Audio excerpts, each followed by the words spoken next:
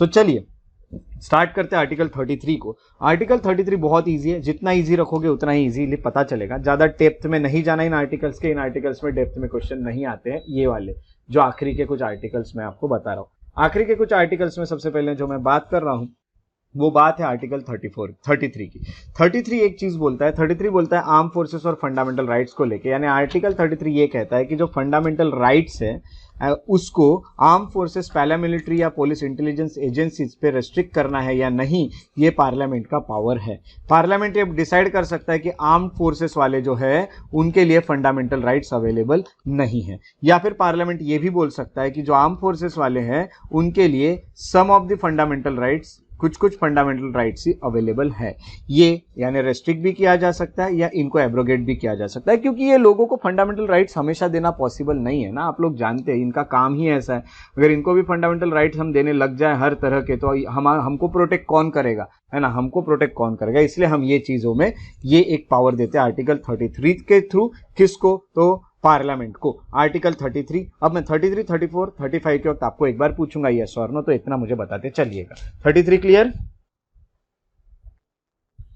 हाँ, रिपीट करना है तो सिर्फ इतना आपको चीजें बता देता हूं कि देखिए मेनली पार्लियामेंट जो है वो फंडामेंटल राइट्स को अप्लाई करना है या नहीं, यानी आर्टिकल 33 जो है वो पार्लियामेंट को ये पावर देता है कि आर्म फोर्सेस, पैरामिलिट्री या पुलिस वालों के लिए या अदर एजेंसीज के लिए फंडामेंटल राइट्स अप्लीकेबल होंगे या नहीं, ये पार्लियामेंट को पावर देता है। यानी पार्लियामेंट जो है ये इनके लिए फंडामेंटल राइट्स अवेलेबल नहीं भी रख सकता है, यानी रेस्ट्रिक्ट भी कर सकता है। इन लोगों को फंडामेंटल राइट नहीं रहेंगे ये भी बोल सकता है। अब क्लियर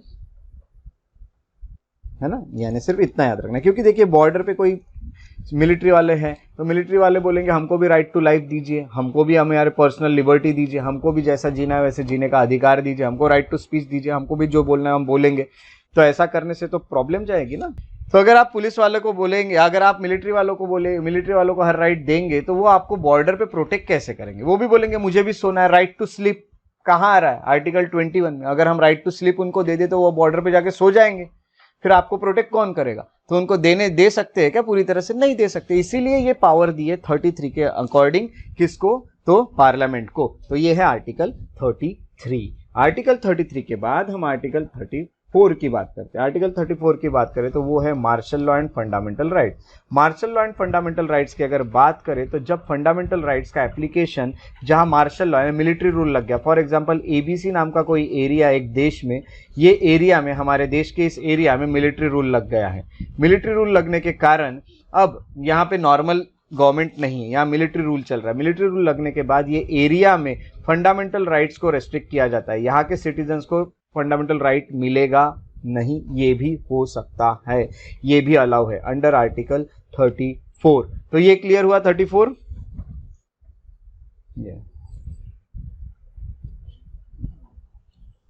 आपसा से आसपास यानी अपस्पा से रिलेटेड ना, अपस्पा से डायरेक्टली रिलेटेड नहीं कह सकते हम, है ना, डायरेक्टली इसको रिलेट नहीं कर सकते। बट अगर आपस्पा के भी एरिया में पूरी तरह से मार्शल लॉ लगा दिया, मिलिट्री रूल ही लगा दिया है, तो फिर तो वहां पे भी एप्लीकेबल ये हो सकता है। पार्लियामेंट करा सकता है कोई लॉ बना के, है ना, पार्लियामेंट कुछ भी करा सकता है। तो ये सिर्फ इतना बोलेगा कि पार्लियामेंट के पास ये पावर है और ऐसा किया जा सकता है।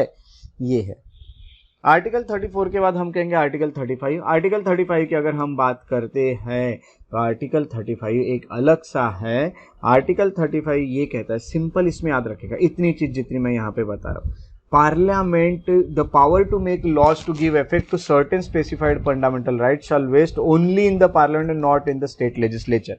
आर्टिकल 35 ये कहता है कि फंडामेंटल राइट्स जो है, कुछ फंडामेंटल राइट्स, उसको इफेक्ट देने का, इन्फोर्सेबल बाय लॉ है ना, तो उसके ऊपर लॉ बनाने का अधिकार सिर्फ और सिर्फ पार्लियामेंट को है, स्टेट लेजिस्लेचर्स को नहीं।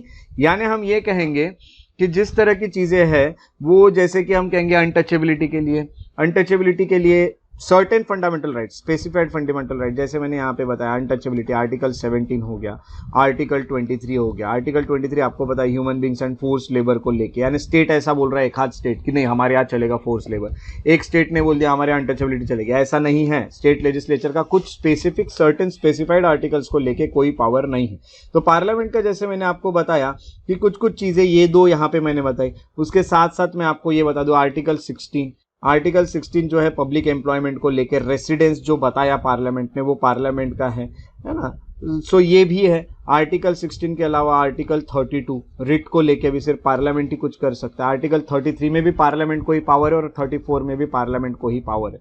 17 के लिए भी पार्लियामेंट को पावर है, 23 के लिए भी पार्लियामेंट को पावर है। ऐसे बहुत सारे हमें आर्टिकल्स देखने मिल सकते हैं जिसमें सिर्फ और सिर्फ पार्लियामेंट को ही पावर है कि वो लॉ बना सकता है। 33, 34 में तो डायरेक्ट लिखा है पार्लियामेंट का पावर है ना। तो ये सब चीजें हमें यहाँ पे देखने मिलती है। स्टेट लेजिस्लेचर का कुछ चीजों पे पावर नहीं है कि वो लॉ बना सकता है। ओके, सो ये है कुछ हमें पॉइंट्स जो पता चलते हैं 33, 34, 35।